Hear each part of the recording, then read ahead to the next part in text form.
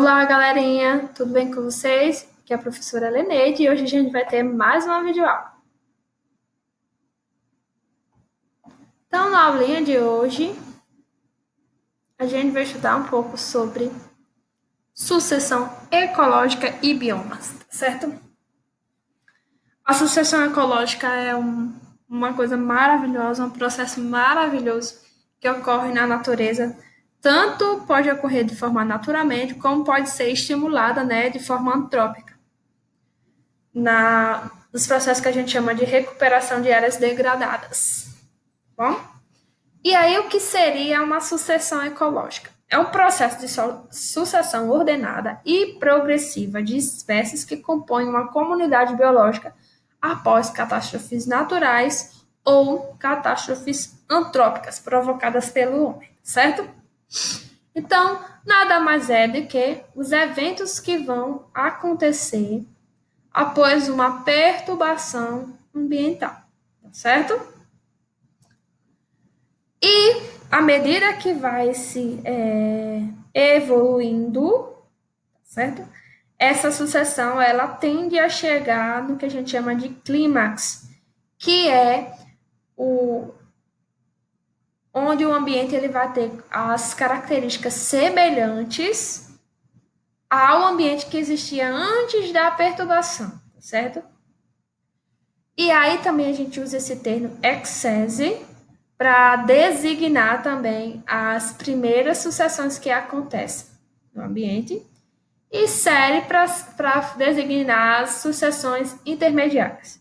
Mas toda sucessão ecológica ela tende a alcançar o clímax, que é um ambiente com a biodiversidade semelhante, nunca será igual, tá certo? Será semelhante às condições, às comunidades, né, que existiu antes da perturbação. E aí, gente, para que aconteça essa transição de excess até clímax, geralmente demora-se anos. Não é uma coisa rápida, é uma coisa lenta e gradual, certo? Então, a gente tem dois tipos de sucessões, tá certo? Nós temos a sucessão primária e temos a sucessão secundária, certo? A primária é uma sucessão que vai acontecer, por exemplo, em um ambiente que nunca tinha propiciado condições de vida e nunca não, era um ambiente morto, na verdade, formado por matéria inanimada. E depois, né, da colonização de alguns seres, esse ambiente ele passa a ter vida, certo? E, por exemplo, onde aconteceria isso? Em rochas recém-formadas, em dunas, certo? Em superfícies de lavas vulcânicas, vulcões que não estão mais em atividade e passam a propiciar, né, condições para o favorecimento da vida. E, como eu falei para você, essa sucessão primária, né, ela também é chamada de excess. Esse início de sucessão também é chamado de excess, certo? E aí, vamos lá. Então, eu tenho aqui uma rocha, e essa rocha é um ambiente completamente difícil de se viver, porque é muito seco, porque não tem disponibilidade de nutrientes, todos os nutrientes necessários para a vida. Só que aí chegam os líquens e musgos, né? Líquens que são a associação de algas e fungos ou de cianobactérias e fungos e conseguem viver nesse ambiente aqui porque elas não são exigentes, tá certo? Então, por elas estarem aqui, quando elas vão morrer, elas vão tornar esse lugar aqui um pouco mais rico em matéria orgânica e a umidade aqui também vai ser um pouco maior porque eles estão respirando, então estão liberando água também durante o processo de respiração. E esse ambiente aqui, que antes era inabitável, ele passa a ser habitável por ervas pequenas e arbustos E aí, quando eles morrem, né, o solo vai ficar mais rico e vai possibilitar o desenvolvimento e o crescimento de arbustos maiores, certo? E aí, quando aqui já é possível ver a presença de animais também, que vão morrer, que vão fazer cocô, que vão tornar esse solo mais fértil, para possibilitar o desenvolvimento de árvores maiores, que entraria aqui os pinheiros e abetos. Isso aqui seria a recriação de um ambiente, né, de uma floresta, tá certo? E aí, quando esses pinheiros estão aqui, eles também vão morrer, vão suportar uma quantidade de animais maiores e vão proporcionar o desenvolvimento de carvalhos e vidroeiros, que são plantas já maiores e bem mais exigentes. Então, isso aqui é o processo de sucessão ecológica primária. Não tinha nenhuma vida e no clímax já forma-se uma floresta, né? Uma floresta de pinheiros. E o que seria essa sucessão secundária? A secundária, antes, ó, o ambiente ele tinha vida, tá certo?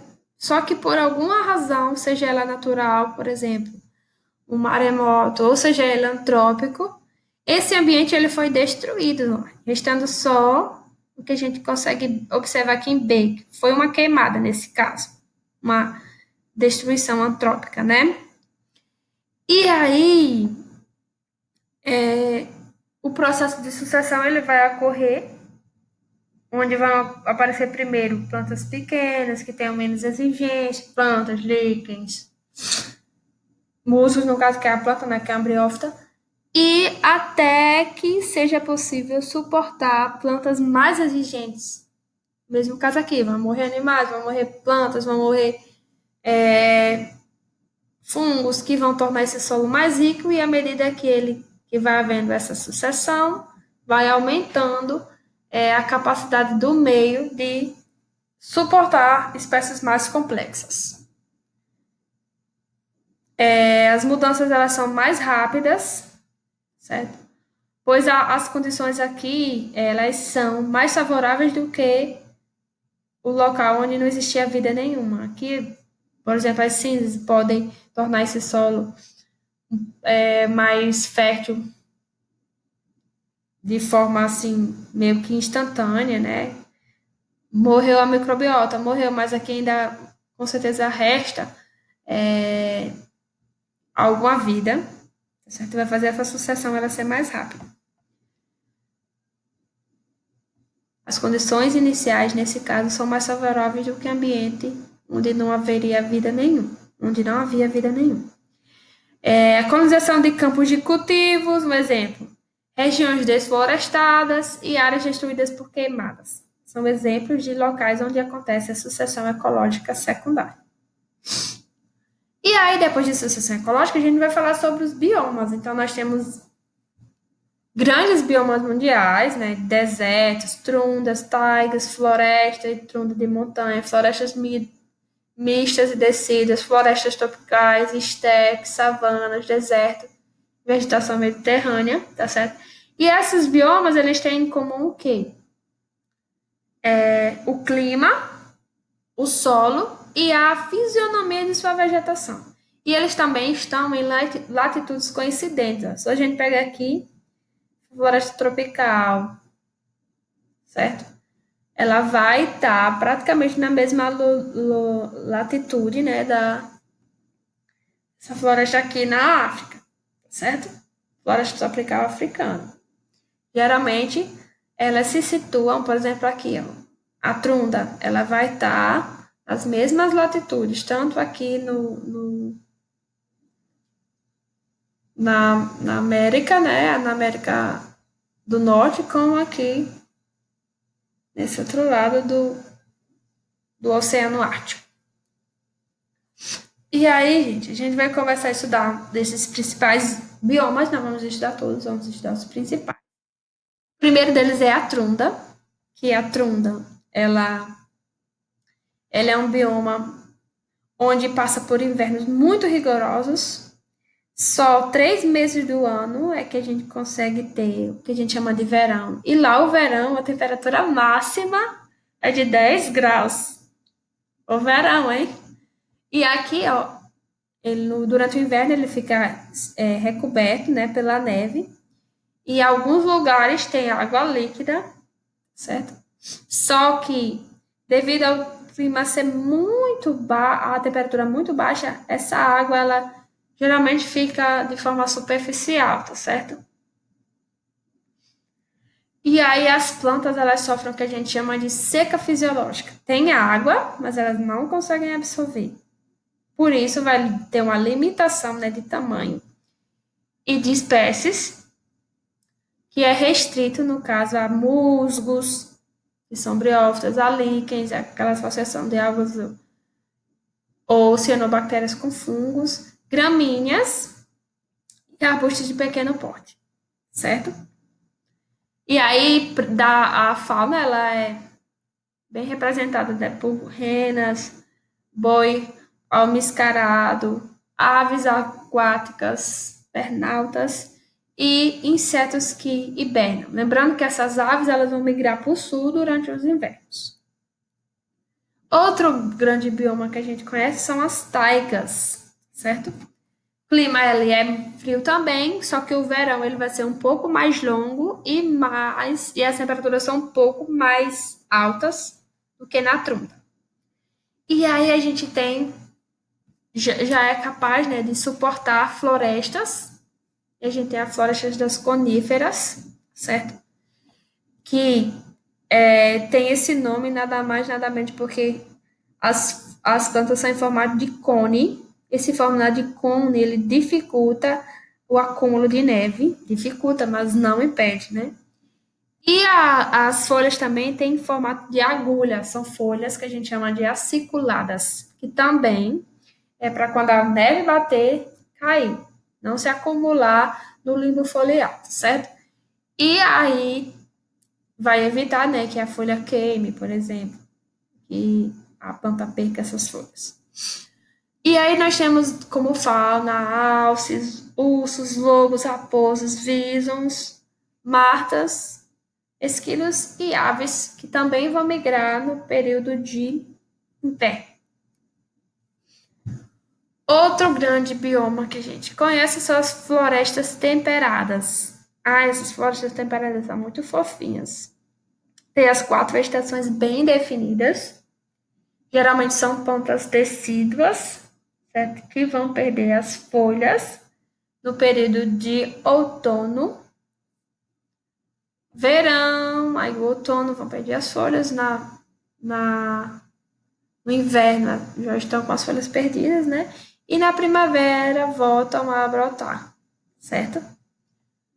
Um exemplo são carvalhos, falhas, arbustos, herbáceas e musgos, certo? De fauna a gente tem javali, veados, raposas, doninhas, esquilos, aves e insetos. Já é um ambiente que tem uma maior biodiversidade.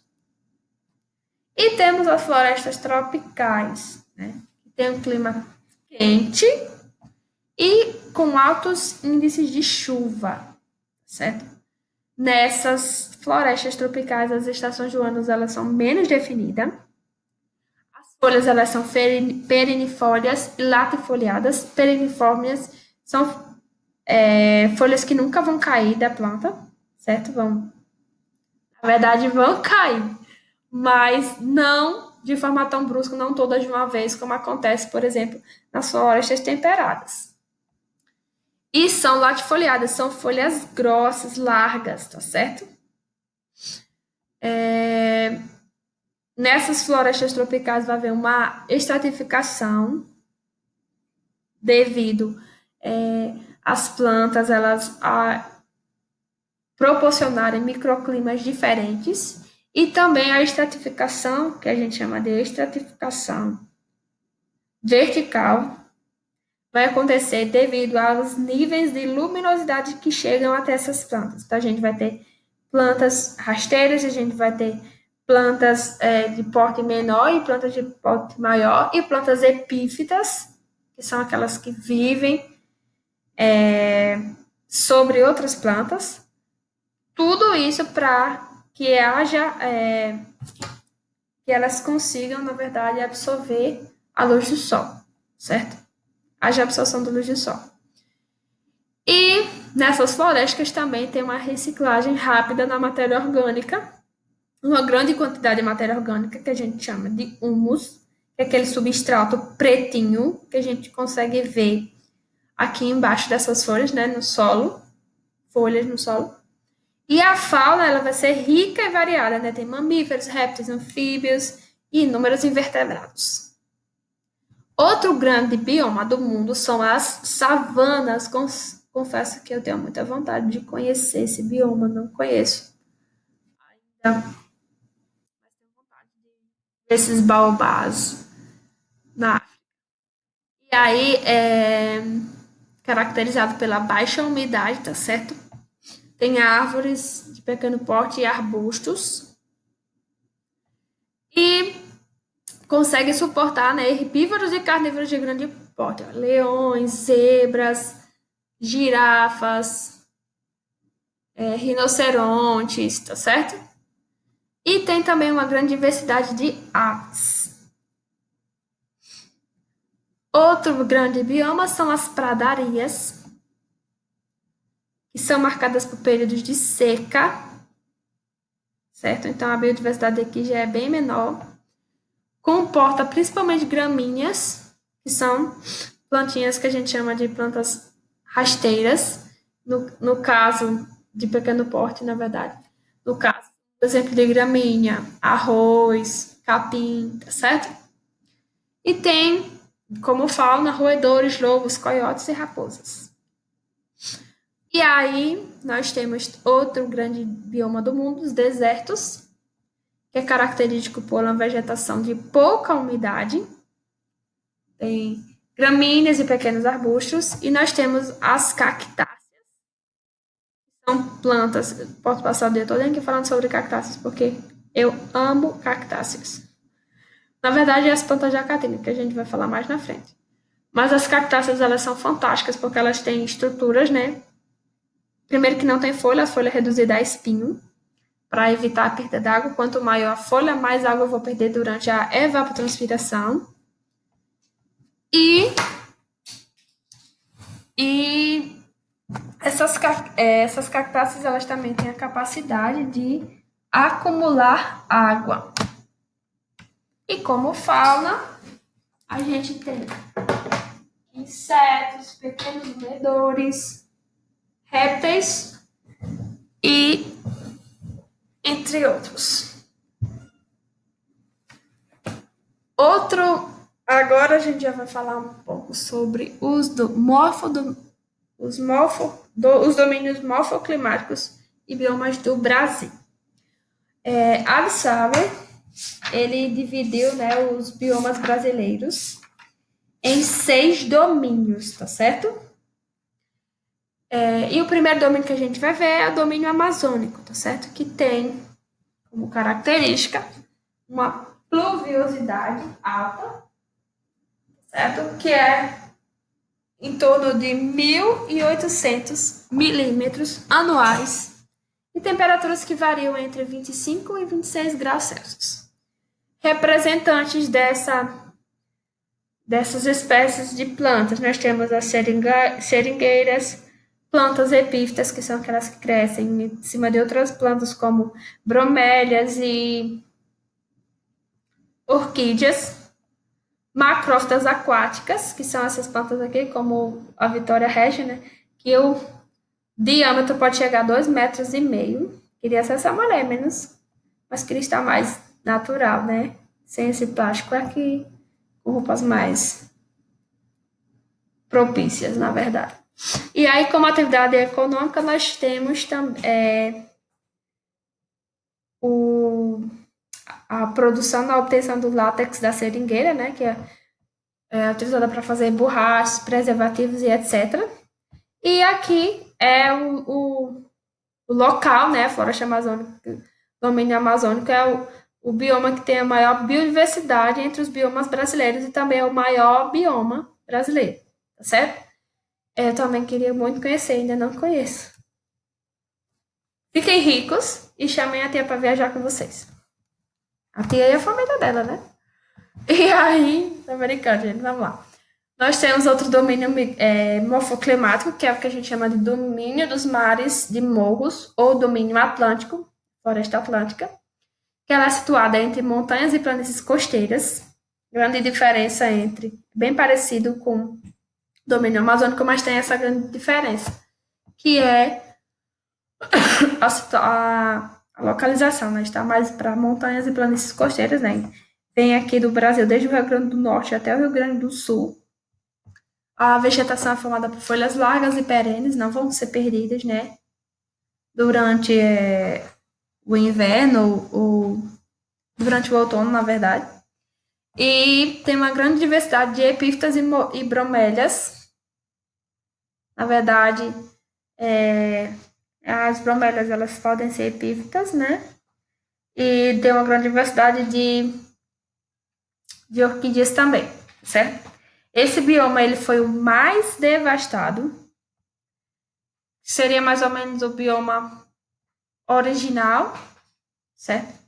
E aqui seria mais ou menos o resto, os remanescentes que a gente tem desse bioma, que é só apenas 5% da floresta original, a floresta que tinha quando os colonizadores chegaram aqui no Brasil. E nós temos o domínio das araucárias, que são chamados porque a presença de pinheiros do Brasil, né? E também tem uma temperatura, uma precipitação alta, né, de 1.400 milímetros, temperaturas moderadas, que ficam mais baixas no inverno. Os principais representantes, castanheiras, seringueiras, plantas epífitas, macrófitas aquáticas, tá certo? Aqui as bromélias e as orquídeas. A bromélia é a família da abacaxi, tá certo? Samambaias também. E esse bioma, né, vem sendo devastado, né, para dar lugar, né, à criação de gado, por exemplo.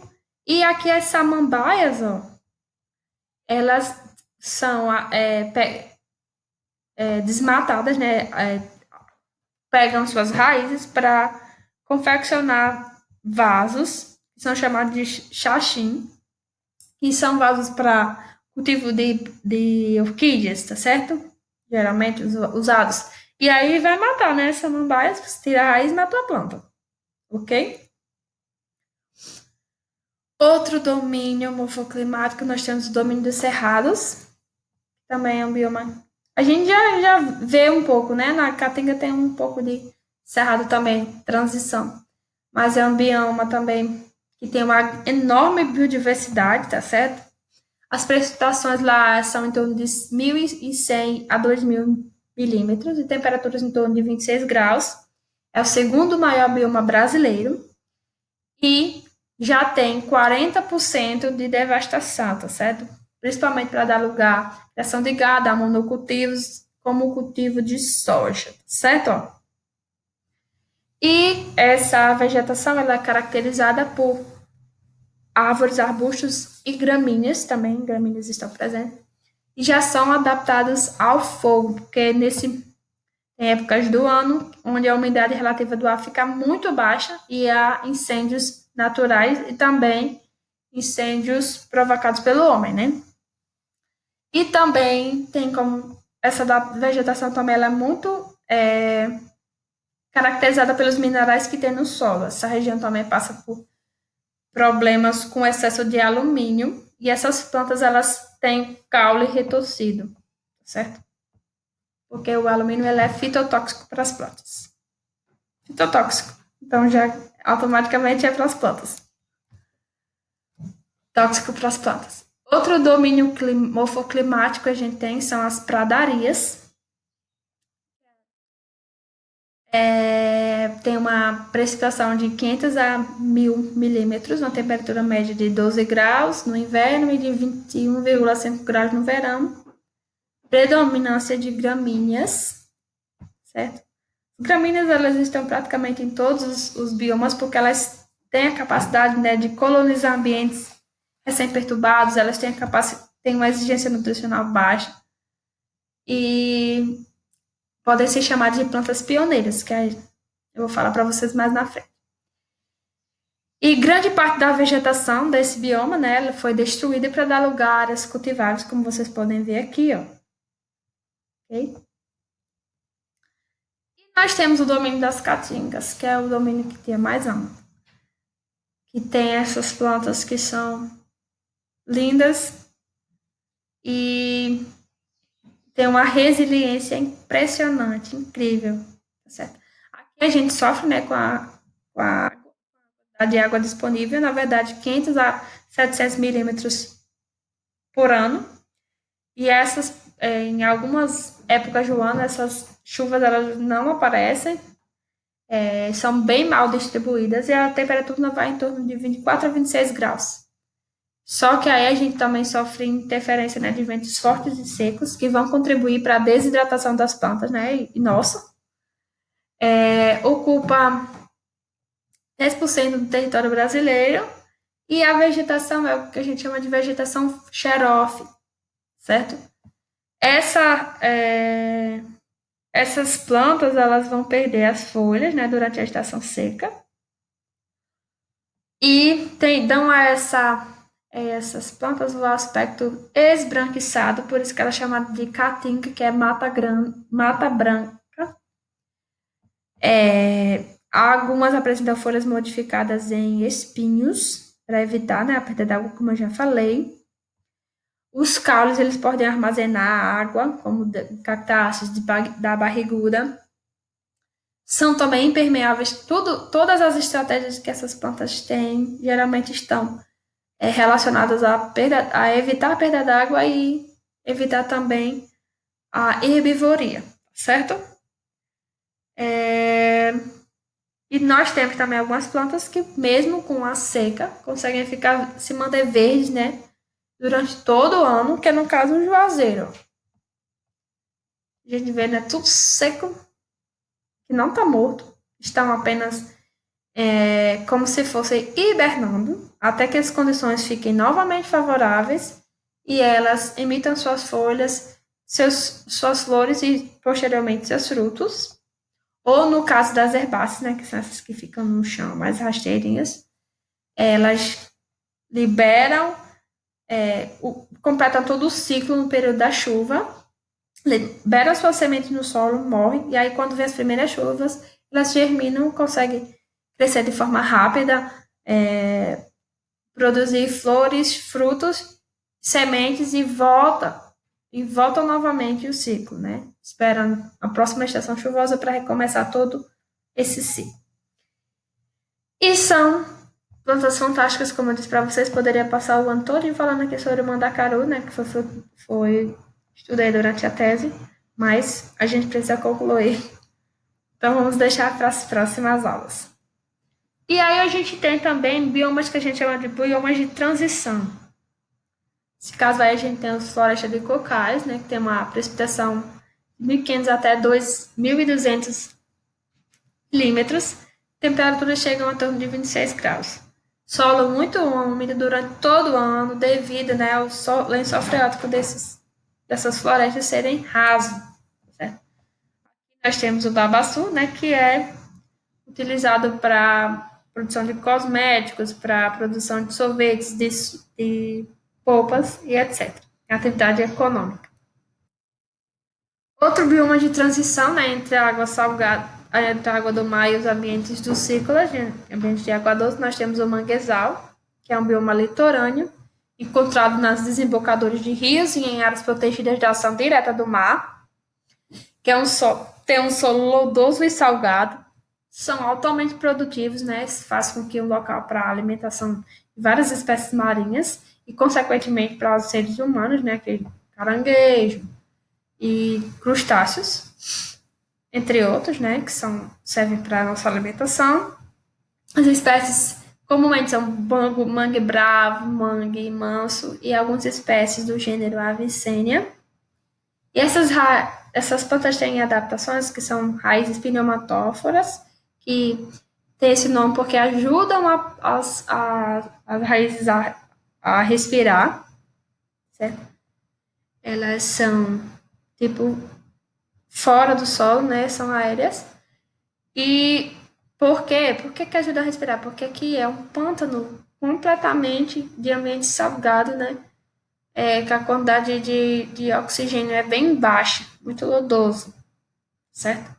Não tem aqueles poros do solo normal, digamos assim.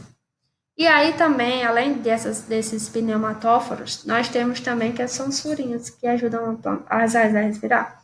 Nós temos também raízes escora, que ajudam, né, a segurar, né, a suportar o peso das plantas. Outro bioma de transição é o Pantanal Mato-Grossense. Tem umas planícies com partes um pouco mais baixas, que ficam inundadas durante o período de cheia, certo? Durante a cheia, isso aqui tudo vira um grande rio, tá certo? Que seria mais ou menos que a seca. Abriga uma das mais ricas reservas de vida selvagem do planeta. A flora aquática muito variada, né? Com o jacaré, moluscos, crustáceos e peixes. No entanto, a caça predatória, né, desses animais, caso do jacaré, além também de pressões, garimpo ilegal e pressões para tornar essas áreas aqui florestais em propriedades agrícolas, elas colocam esse bioma em risco. Agora a gente vai falar um pouco sobre os ecossistemas aquáticos, certo? Primeiro a gente vai falar sobre os ecossistemas marinhos, depois a gente fala sobre os ecossistemas dos ciclos. Os ecossistemas marinhos correspondem a 75% da superfície do planeta, com profundidades que podem chegar até 11 mil metros, certo? Possuem uma estabilidade e uma homogeneidade com relação à temperatura e à concentração de sais. Por exemplo, na água do mar nós temos 3,5 gramas por litro de água, de sais, né? Comumente esse sal seria o sódio. E pode ser dividido entre domínio betônico e domínio pelágico. O domínio betônico seria o fundo do mar e o pelágico seria as massas de água.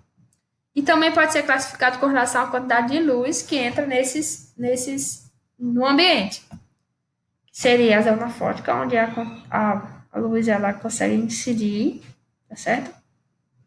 Aqui, por exemplo, vai viver os seres produtores.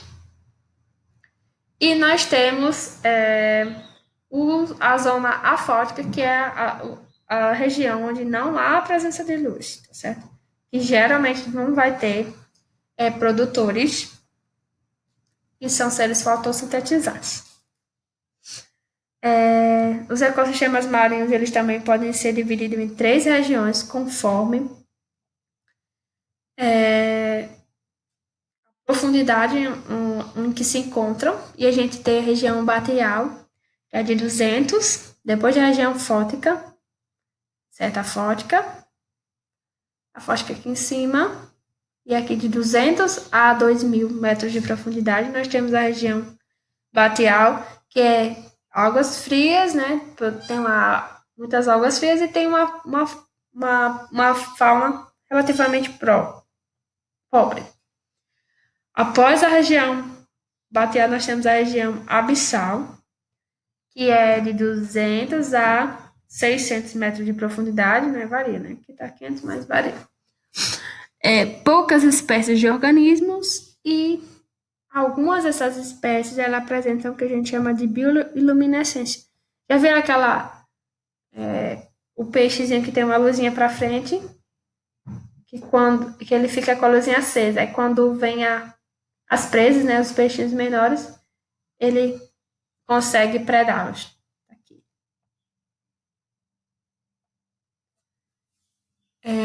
E nós temos a região Adal, certo?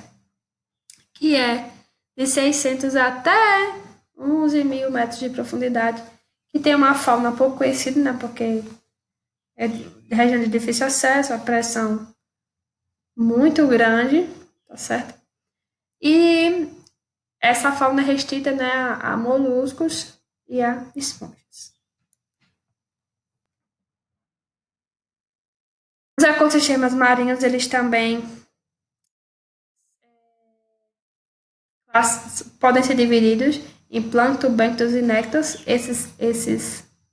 Essa classificação é com relação aos seres, né, vivos que estão presentes nele. O plâncton se locomove, né, mas eles são geralmente animais pequenos, muito pequenos, até microscópicos, animais e vegetais, né, microscópicos, que não conseguem vencer a correnteza e são levados por ele, tá certo? E a gente tem o fitoplâncton, que são algas e bactérias fotossintetizantes, e zooplânctons, que são quinidários, protozoários, crustáceos e larvas, certo? E nós temos o bênton. Então, o plâncton é formado por fitoplâncton e zooplâncton. Fito, fotossintetizantes, e zooplâncton são animais e microscópicos ou larvas que estão na superfície também, formando esse plâncton. Os bêntons são animais, né, que habitam o fundo do mar, que geralmente são sésseis, como algas, esponjas, quinidários e anelídeos, ou errantes, como alguns crustáceos, equinodermas e moluscos. Errantes são animais que se locomovem, certo? Moram no fundo do mar, mas conseguem se movimentar. E sésseis são seres, né, que vivem presos a um determinado local, como se fosse uma planta, não conseguem se locomover. E nós temos os néctons, que são os aptos a nadar, que se deslocam, né, ativamente. Nós temos peixes, baleias, golfinhos, crustáceos e também alguns moluscos.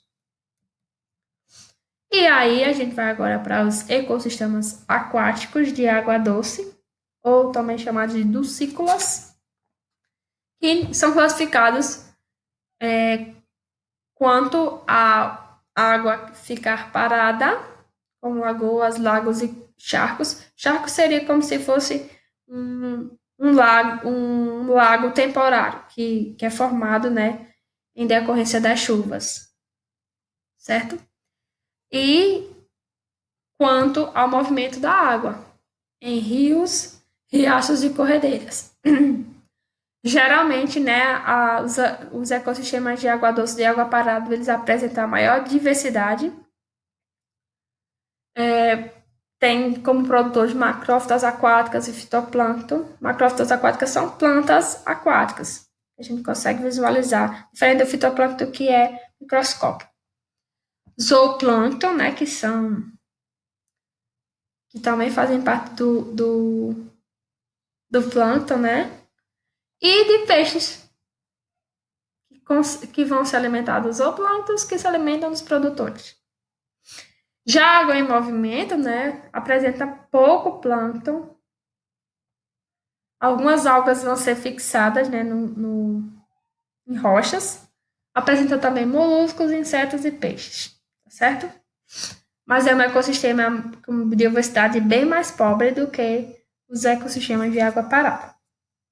É que para vocês, esse lago, que é o maior lago do mundo, que é o lago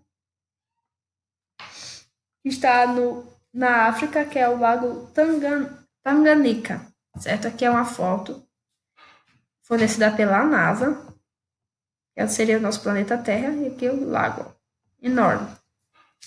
E aí, gente, para vocês estudarem o capítulo 11, que está lá na página 240 até 262. Nessa semana não teremos atividades, mas na próxima teremos, tá certo? Então, peço que vocês assistam às aulas, porque se não assistirem, não vão entender nada da atividade, vão ficar com bastante dúvidas e não vão conseguir fazer as atividades. Então, um forte abraço e até a próxima.